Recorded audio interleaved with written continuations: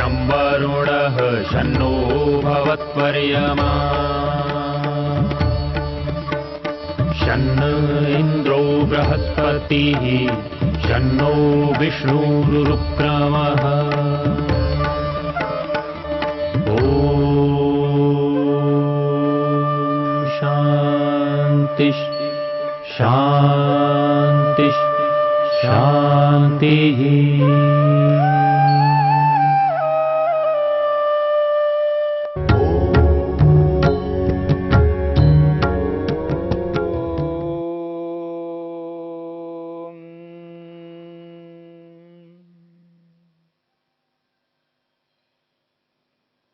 प्रसंग है ततः प्रत्यक चेतनाधिगमः अपि अंतराय अभावश्च। उस जप के माध्यम से, उस जप को अपने जीवन में उतारने से, जप को जप की विधि से करने से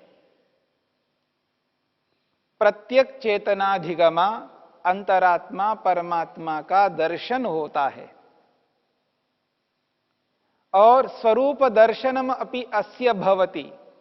महर्षि वेदव्यास कहते हैं अस्य, ये जो जीवात्मा है इसके स्वरूप का दर्शन भी होता है। यहां अपि शब्द का अर्थ है भी। आत्मा को स्वयं का भी दर्शन होता है। किस प्रकार होता है इसके लिए महर्षि वेदव्यास ने बहुत अच्छा उदाहरण देकर के समझाया है। क्योंकि परमात्मा का दर्शन हो रहा है, जिस प्रकार से परमात्मा का दर्शन होता है उसी प्रकार से आत्मा को भी स्वयं का दर्शन होता है। महर्षि वेदव्यास कहते हैं यथैव ईश्वरः पुरुषः, यथैव ईश्वरः पुरुषः शुद्धः प्रसन्नः केवलः अनुपसर्गः। बहुत अच्छी बात कही है।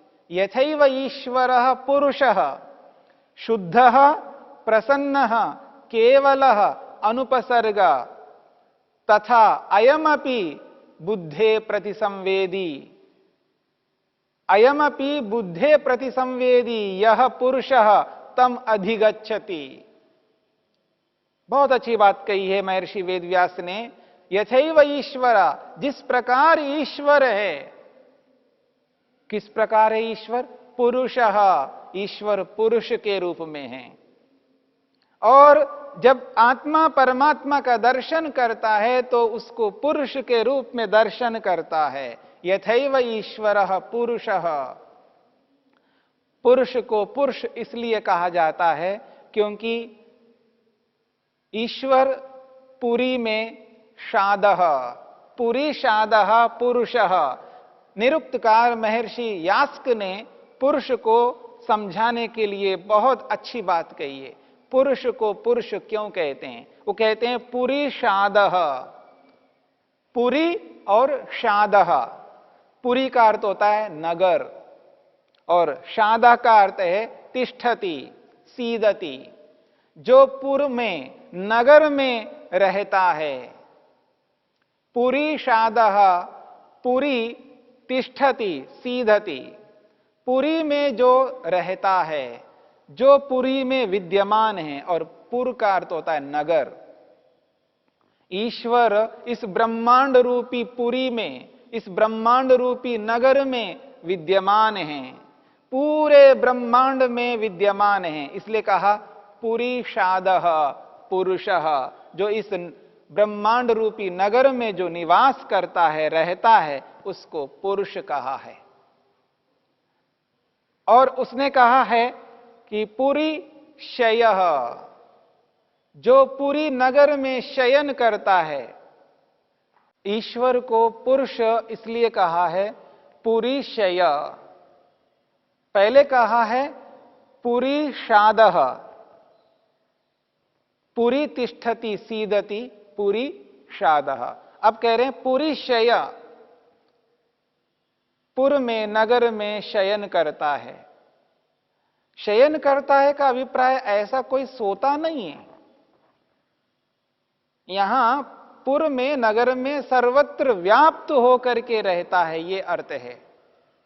पुरी क्षयः पुरुषः। संपूर्ण ब्रह्मांड में सर्वत्र व्याप्त होकर के विद्यमान रहता है, इसलिए वो पुरुष है। पूर्यतेर्वा, एक और बात कहिए, पूर्यते, परिपूर्ण है अंदर और बाहर। ईश्वर केवल ब्रह्मांड रूपी पुर में ही रहता हो ऐसा नहीं है, केवल ब्रह्मांड में है और ब्रह्मांड से बाहर नहीं है ऐसा नहीं है। इसलिए कहा पूर्यतेर्वा, पुरुषः पूर्यतेर्वा, वो परिपूर्ण है, ब्रह्मांड के अंदर भी विद्यमान है और ब्रह्मांड के बाहर भी विद्यमान है, सर्वत्र परिपूर्ण है, वो पुरुष है।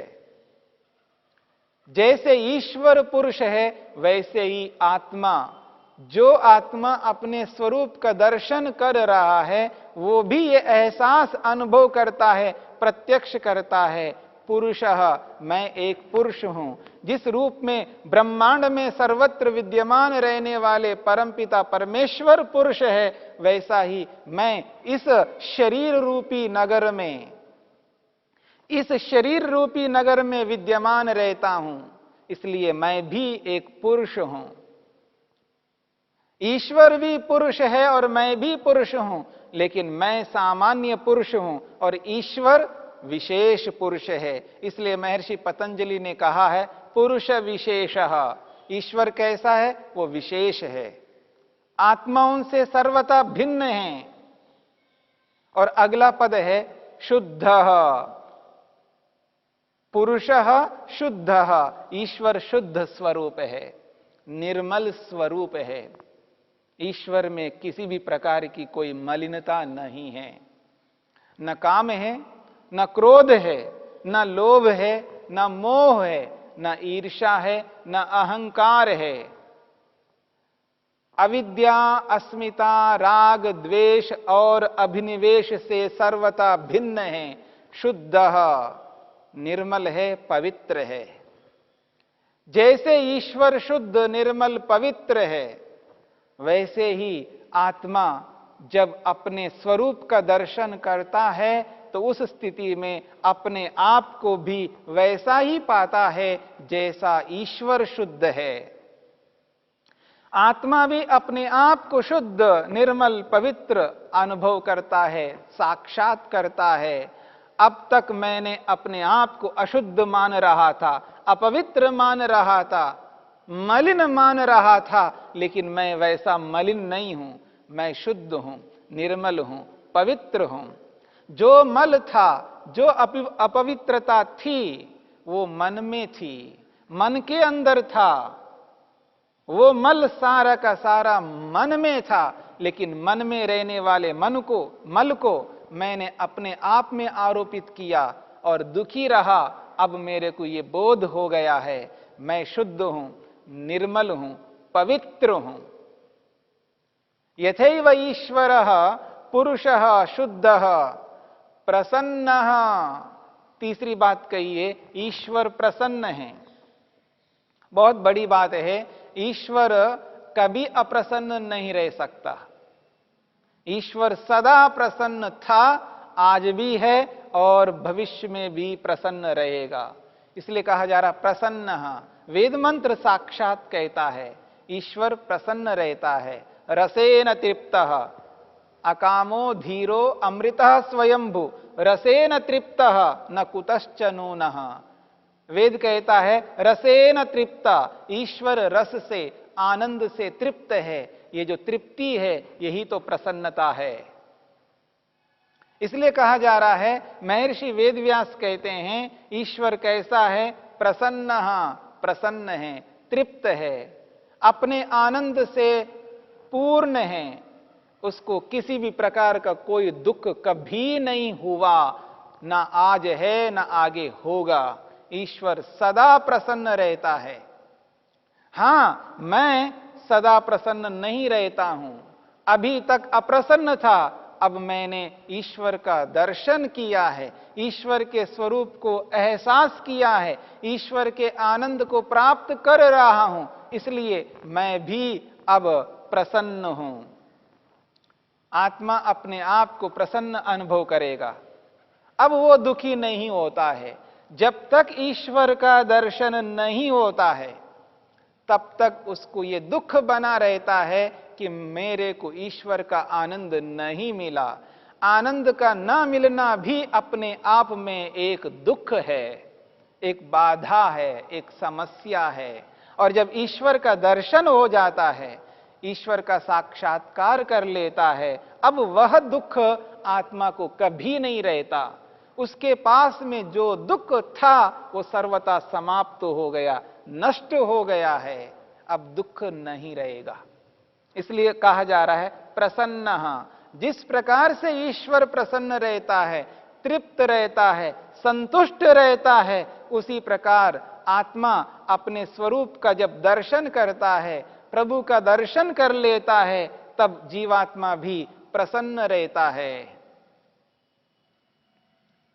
कभी हताश निराश नहीं हो सकता।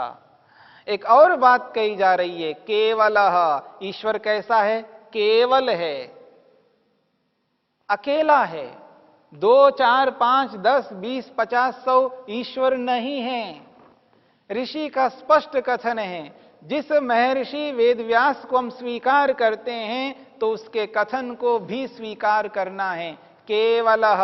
ईश्वर कैसा है? केवल है, अकेला है, 2, 4, 5 नहीं है। वेद भी तो कहता है, न द्वितीयो न तृतीयो न चतुर्थो न पंचमो।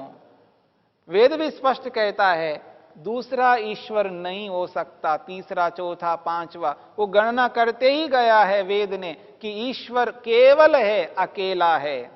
इसलिए महर्षि वेदव्यास यहां पर स्पष्ट करते हैं ईश्वर केवल अकेला है। और एक बात, ईश्वर अकेला है, किसी का सहारा, किसी का सहयोग कभी नहीं लेता। सृष्टि की उत्पत्ति करने में इतने बड़े ब्रह्मांड को जब उसे बनाना है तो वो किसी का सहयोग नहीं ले सकता, क्योंकि स्वयं समर्थ है।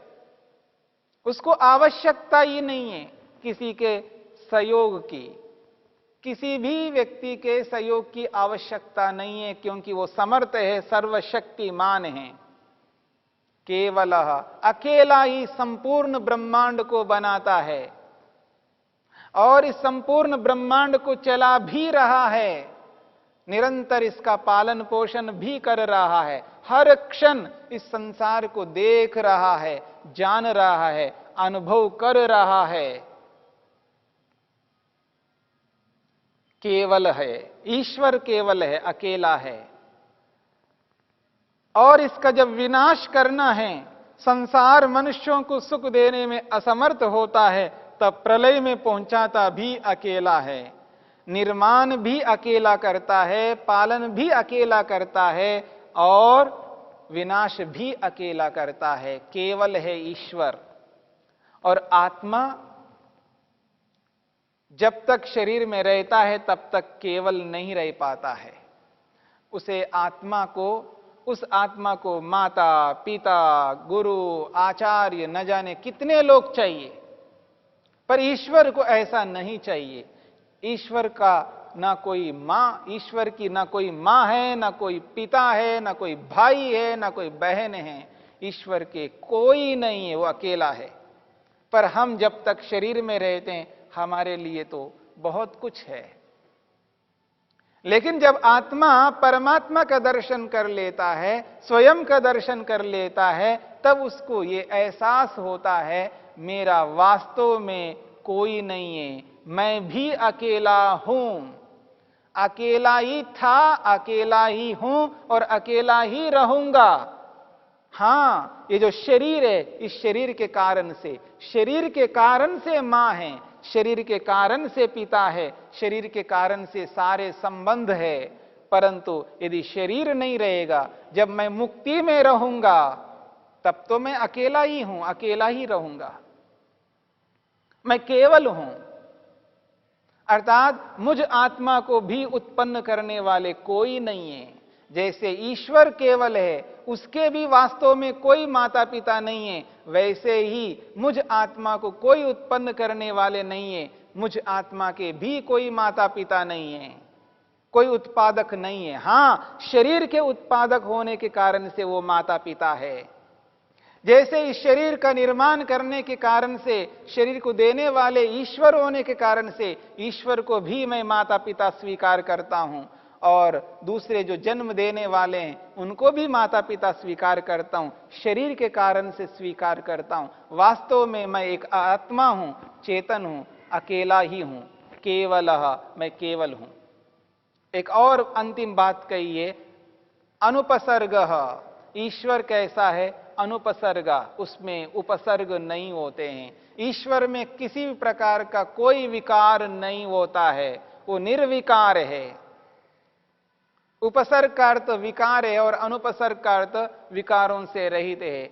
परमपिता परमेश्वर विकारों से रहित है। ईश्वर में किसी भी प्रकार का कोई परिवर्तन नहीं होता है, वो जैसा था वैसा ही है, वैसा ही रहेगा, और आत्मा भी वैसा ही है। इसलिए आत्मा अपने आप को अनुपसर्ग के रूप में अनुभव करता है, निर्विकार के रूप में अनुभव करता है। जैसा ईश्वर है वैसा ही अपने आप को एहसास करता है। इसलिए कहा जा रहा है यहां पर, यथैव ईश्वरः पुरुषः शुद्धः प्रसन्नः केवलः अनुपसर्गा तथा अयमपि बुद्धे प्रतिसंवेदी यह पुरुषः तम अधिगच्छति।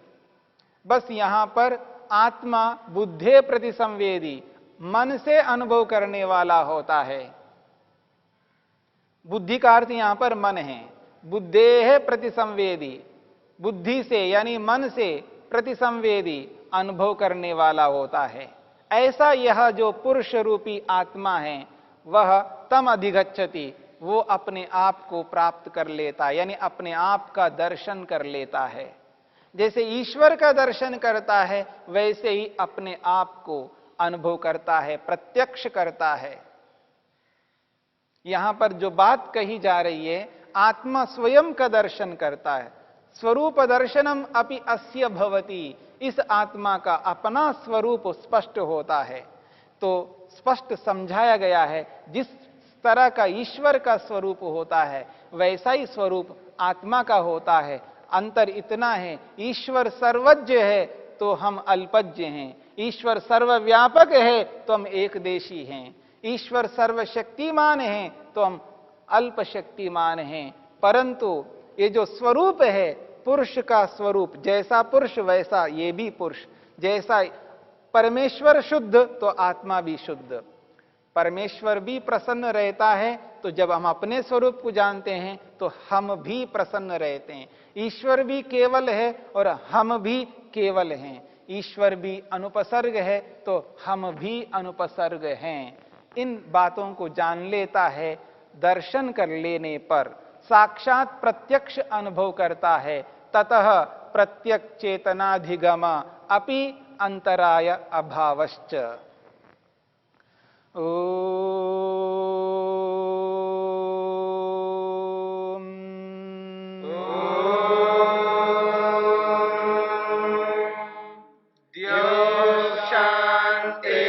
शांतिरंतरिक्षं शांतिर्पृथिवी शांतिरापः शांतिरोषधयः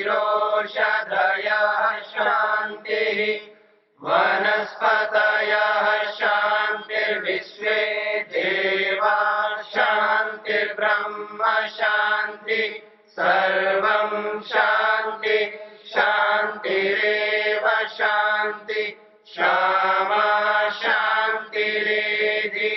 ओम शांति शांति शांति।